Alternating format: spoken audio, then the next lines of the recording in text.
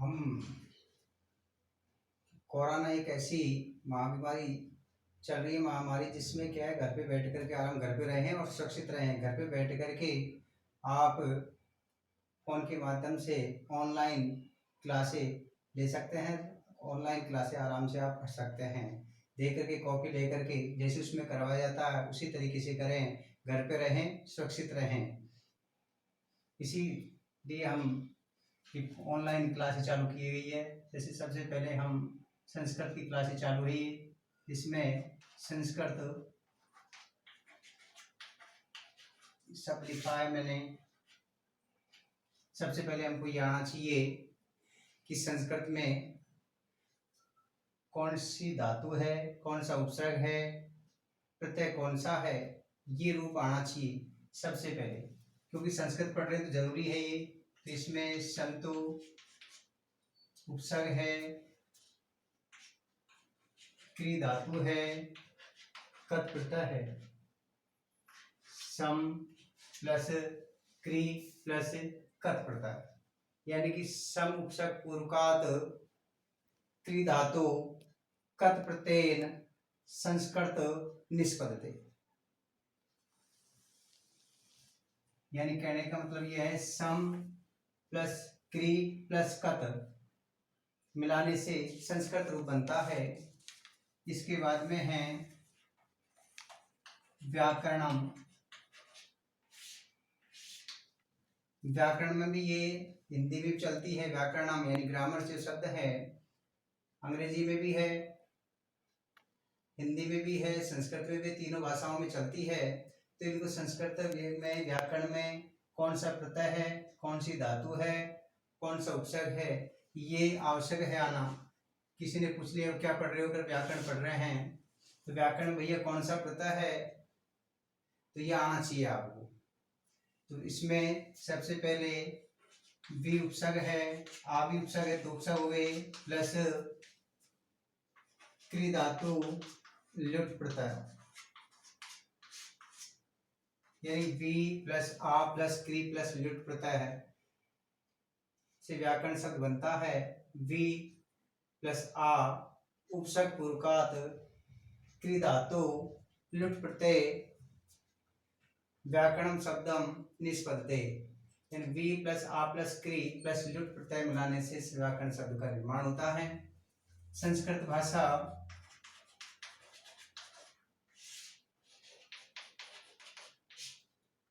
भाषा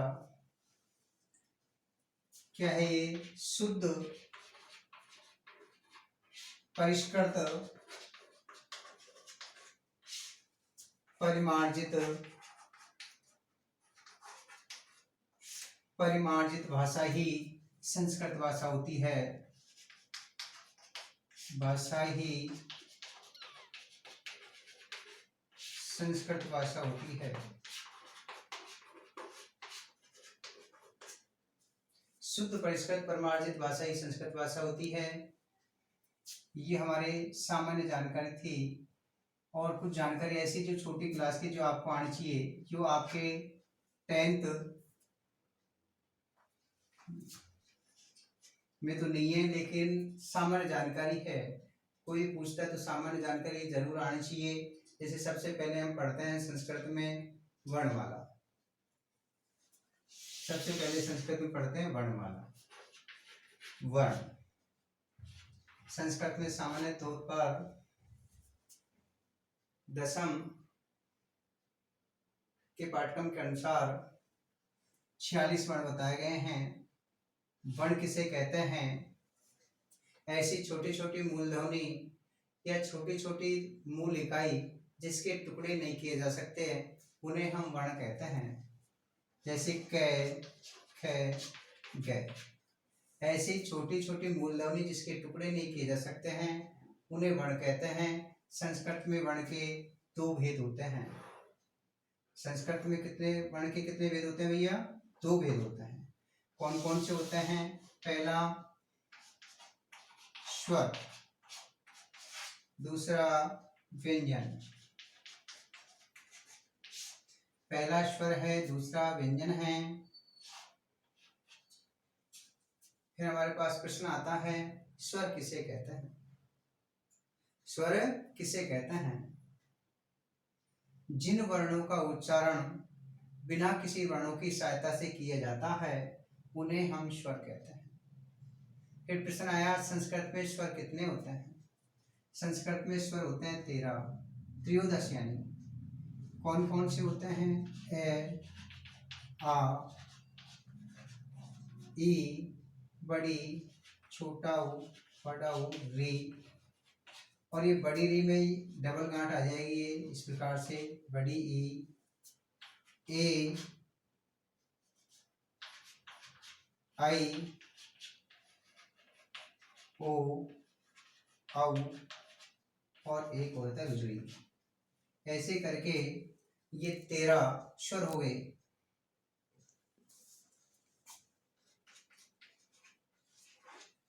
फिर अगला प्रश्न बनता है, स्वर के कितने भेद होते हैं? संस्कृत में स्वर के कितने भेद होते हैं?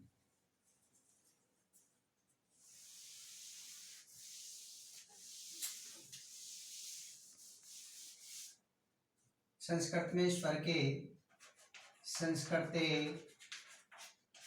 स्वराणाम भेदा।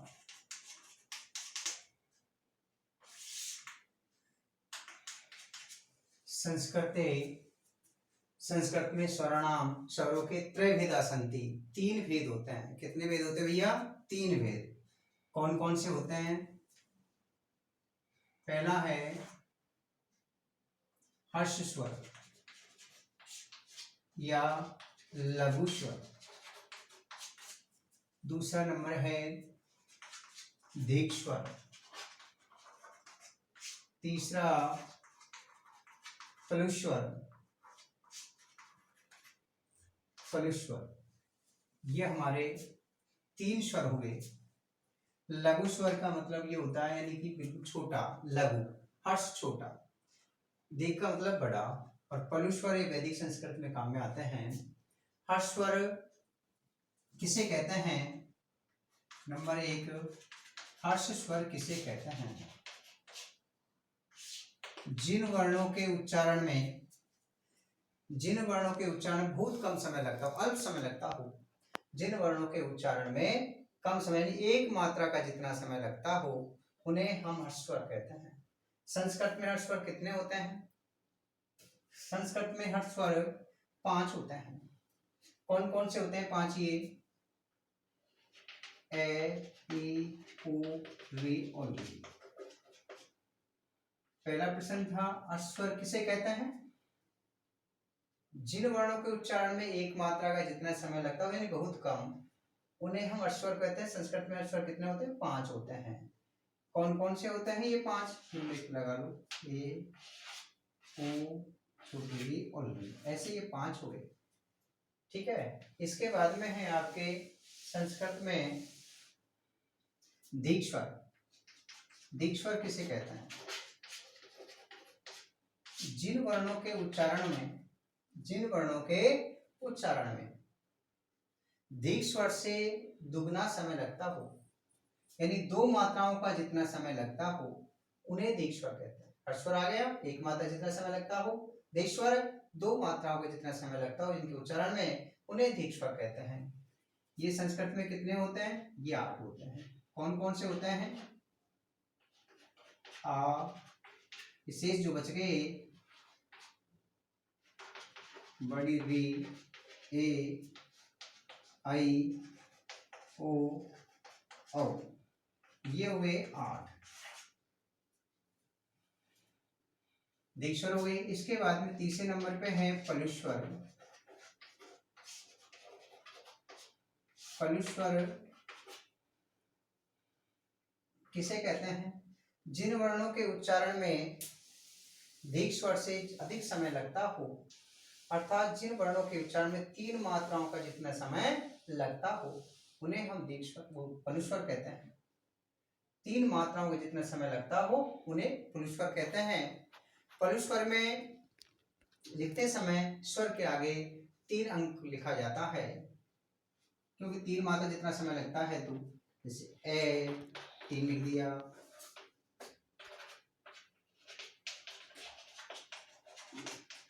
ऐसे 3 लिखा जाता है ये।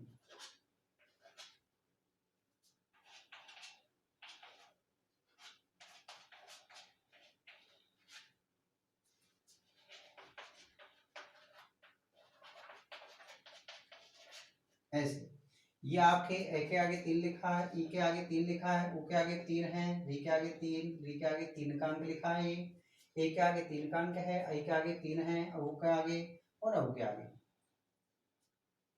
तो ये हमारे पुलिस्वर है। ये किस में काम में आते हैं? वैदिक संस्कृत में काम में आते हैं।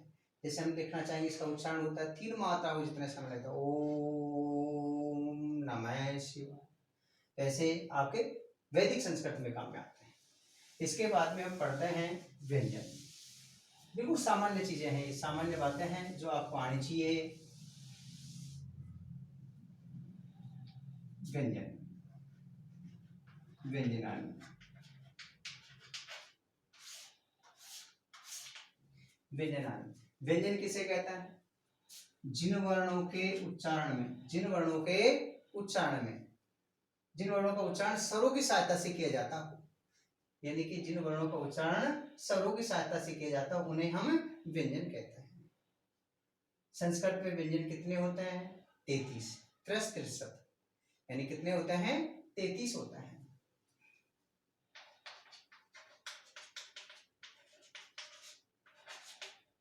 ये 33 व्यंजन हो गए, 33 व्यंजन हो गए, 13 स्वर हो गए, 33 13 46 वर्ण हो गए। तो जिसमें से 33 में से पहले है इसमें स्पर्श व्यंजन। स्पर्श व्यंजन कितने होते हैं? जिन वर्णों का उच्चारण मुख के किसी भाग से स्पर्श करके बोला जाता हो उन्हें स्पर्श व्यंजन कहते हैं। ये संस्कृत में 25 होते हैं स्पर्श व्यंजनानी। कितने होते हैं ये? 25, यानी पंचमी स्थिति। कौन कौन से होते हैं ये? क वर्ग, क वर्ग, क वर्ग में कौन कौन से आ गए? ऐसे करके ये कितने हुए? 5। इसके बाद में आएगा छ वर्ग, छ वर्ग के बाद में ट वर्ग, त वर्ग और प वर्ग। च वर्ग में च, छ, ज, झ, ये 5। इसके बाद में है ट वर्ग, ट, ठ, ड, ढ, ये भी 5 हो गए। कितने हुए ये? 5। फिर उसके बाद में आते हैं त वर्ग। त वर्ग में कौन कौन से आए? त, ठ, ड, ढ, ढ, ये भी 5 हो गए। प वर्ग, प, फ, ब, भ और न, ये भी 5 हो गए। यानी कि कितने हुए ये? 5, 5, 10, 5, 15, 5, 20 और 5, 25। कितने व्यंजन हो गए? स्पर्श व्यंजन 25 हो गए, यानी पंचमी स्थिति। स्पर्श व्यंजनों की संख्या कितनी हो गई? 25। स्पर्श व्यंजन यानी 25 हो गई है, पंचमी स्थिति। ये हमारे स्पर्श व्यंजन हो गए 25। यानी कि इनका उच्चारण स्थान मुख के किसी भाग से इनका उच्चारण स्थान किया जाता है। जैसे इसका क इनका उच्चारण स्थान होता है कंठ। अकुए विसर्जन नाम कंठ है। छ वर्ग का इचु यसा नाम तालु। ऋतुषा नाम मूर्धा। ट वर्ग का मूर्धा होता है। त वर्ग का तुलसा नाम दंता। त वर्ग हो गया। प वर्ग का उपद पानी नाम होष्टव। उपद मानी नाम होष्टव।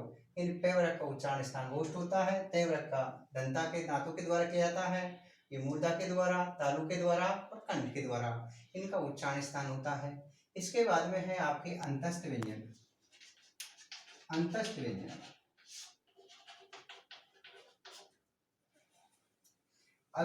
ये अंतस्थ व्यंजन होते हैं 4, ये, वे, रे और ल। ये 4 हो गए। यानी कि जिन वर्णों का उच्चारण में क्या करते हैं, यानी कि आपके ध्वनि अंदर रगड़ के साथ में अल्प गति से बाहर निकलती है, उन्हें हम अंतस्थ व्यंजन कहते हैं। ये वे रे ले। इसके बाद में आते हैं उष्म व्यंजन। उष्म व्यंजन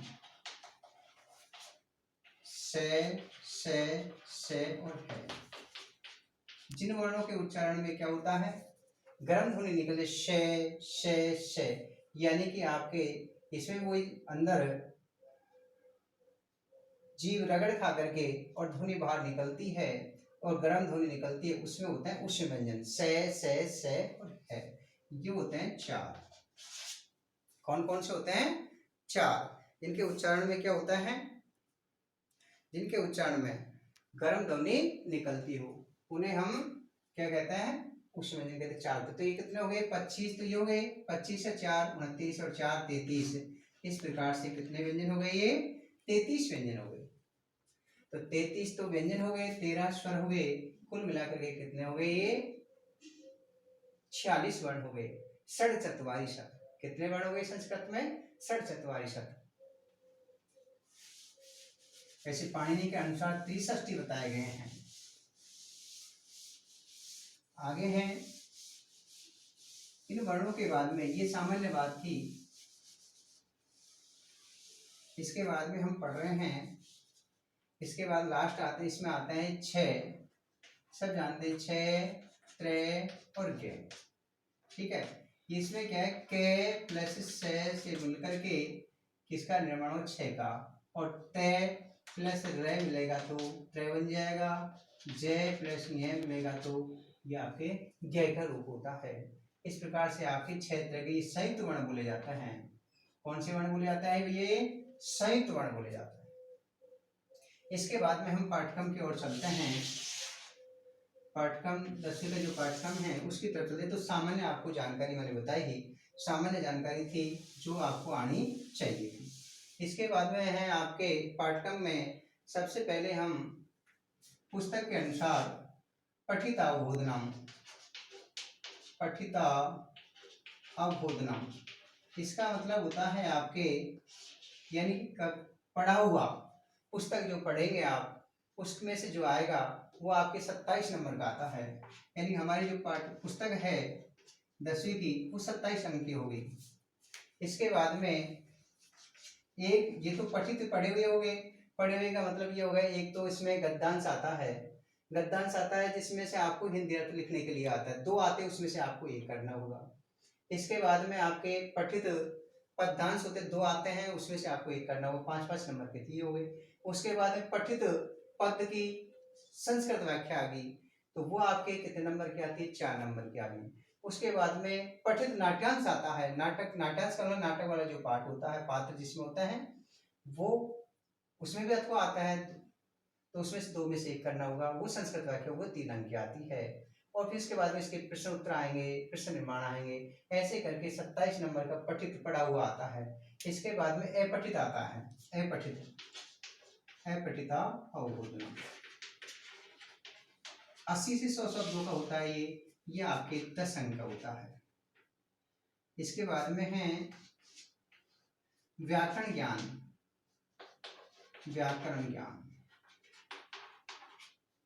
व्याकरणम ये हमारे 25 नंबर की है। फिर रचना कार्यम, ये रचना कार्य ये कितने हुए? कि आपके 18 नंबर की है। अब आप जोड़ेंगे, टोटल होंगे 13 7 20, 2 2 4, 5 2 7 1 8। ये 80 नंबर का टोटल हो गया हमारा योग 80। ये 80 नंबर का इस प्रकार से हमारा पेपर होता है बोर्ड में 10वीं में, जिसमें पठित पुस्तक का हो गया, अपठित गद्यांश आता है 80 से 100 शब्दों का। व्याकरण में जैसे संधि है, समास है, प्रत्यय है, वाच्य है, कारक है। ठीक है। इस प्रकार से आपके ग्रामर आती है, तो वो 25 नंबर की आती है। इसके बाद रचना कार्य है। रचना कार्य में आपके अनुच्छेद लेखनम है, पत्र लेखनम है, और उसके बाद में अनुवाद कार्यम है। इस प्रकार से आते हैं। तो ये हमारे कितने नंबर के आते हैं? 18 नंबर के हैं। इस प्रकार से हमारा 80 टोटल होता है। फिर इसके बाद में हम सबसे पहले चालू करते हैं टॉपिक व्याकरण का। व्याकरण में सबसे पहले हम लेते हैं संधि कार्यम। संधि कार्यम। ये हमारे बोर्ड के पेपर में 12 व 13 प्रश्न आते हैं। उसमें किस प्रकार से आता है, अधोलिखित पदानाम संधि विच्छेदम कृत्वा संधि नामापि लिखत। नीचे लिखे पदों में संधि विच्छेद करते हुए संधि का नाम लिखो। दूसरा प्रश्न, इसमें 2 प्रश्न आते हैं, 2 आगे उसमें 2 उदाहरण आएंगे।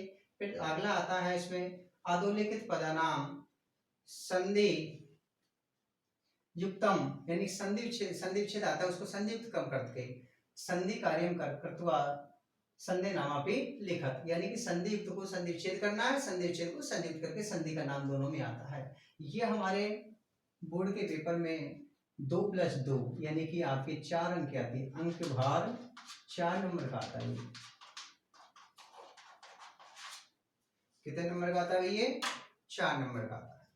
इसके बाद में है इसका जो बुक है, इसमें सम सब होता है, सम प्लस रुधान, यानी कि धातु होती है प्लस की प्रत्यय है, सम प्लस धा प्लस की प्रत्यय है,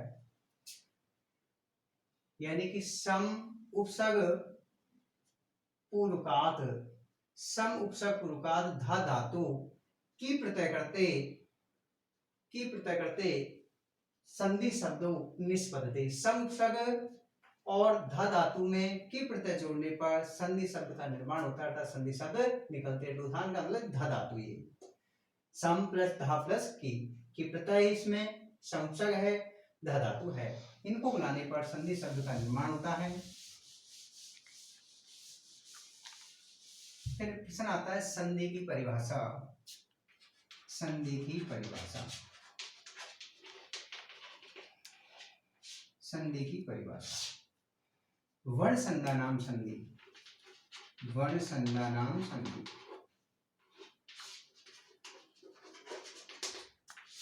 वर्ण संज्ञानाम संधि का मतलब होता है, यानी कि द्वौ वर्णयों परस्परम मेलनम या व संज्ञानाम, संज्ञानाम व भवति तत् संधिति कथते।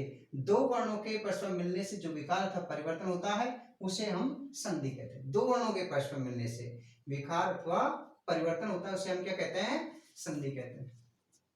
संधि की परिभाषा होगी। और पाणिनि के अनुसार बताया गया सन्निकट संहिता, यानी कि वर्णों की अत्यधिक जो निकटता होती है उसे भी संधि कहते हैं। ये पाणिनि के अनुसार होगी। फिर इसके बाद में है संधि के भेद कितने होते हैं। संस्कृते,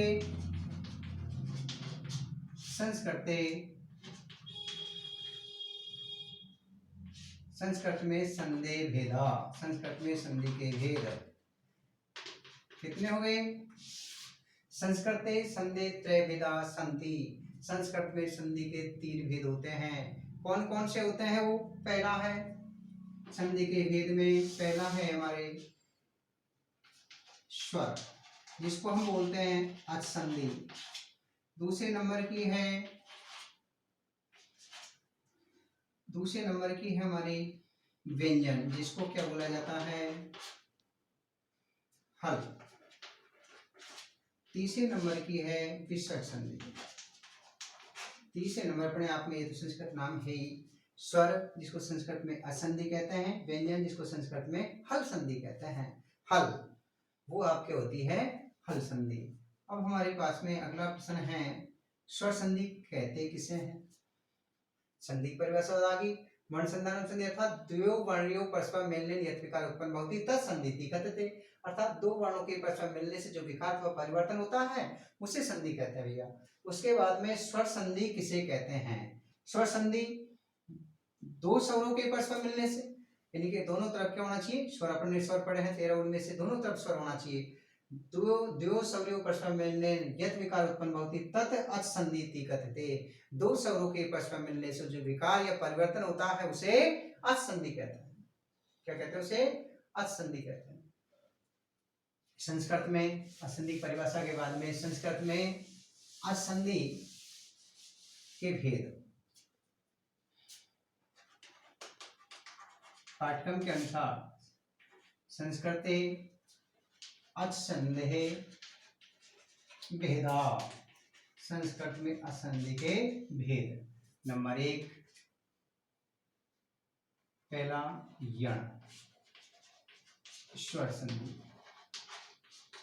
नंबर 2 अयादि स्वर संधि, नंबर 3 वृद्धि स्वर संधि, नंबर 4 पूर्ण रूप स्वर संधि, नंबर 5 पररूप स्वर संधि।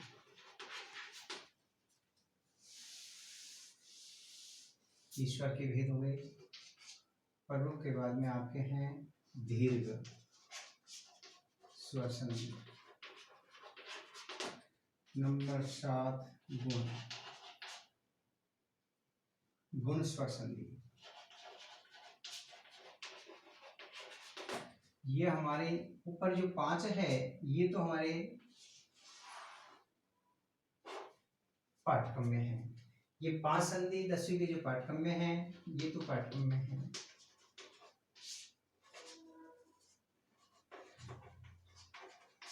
इसके बाद में 2 ये पाठ्यक्रम में नहीं है, लेकिन क्या है पढ़ने ये दोनों भी है। जैसे गत वर्ष भी आया, इसका उदाहरण आ गया गुण का, महर्षि आया था महाप्लस ऋषि। ये ध्यान रखने की बात है कि क्योंकि इनमें से पूछ ली जाती है, पढ़नी हमको सारी है, ये दिमाग में नहीं लगानी, ये पाठ्यक्रम में नहीं तो नहीं पढ़नी है। ठीक है, कि सबसे पहले हम पढ़ते हैं यण संधि। यण संधि का सूत्र क्या होता है, पहले हम सूत्रों की जानकारी कर लेते हैं। यण संधि का सूत्र चलता है इको यणची। क्या सूत्र चलता है इसका? इको यणची। तो हम क्या, ये तो पाठ्यक्रम में तो लिख लिया, लेकिन मैं यहाँ सूत्र लिख देता हूँ, सभी का जैसे ध्यान रहेगा। ये सूत्र हम लिख दिया हमने। यण संधि का सूत्र चलता है इको यणची।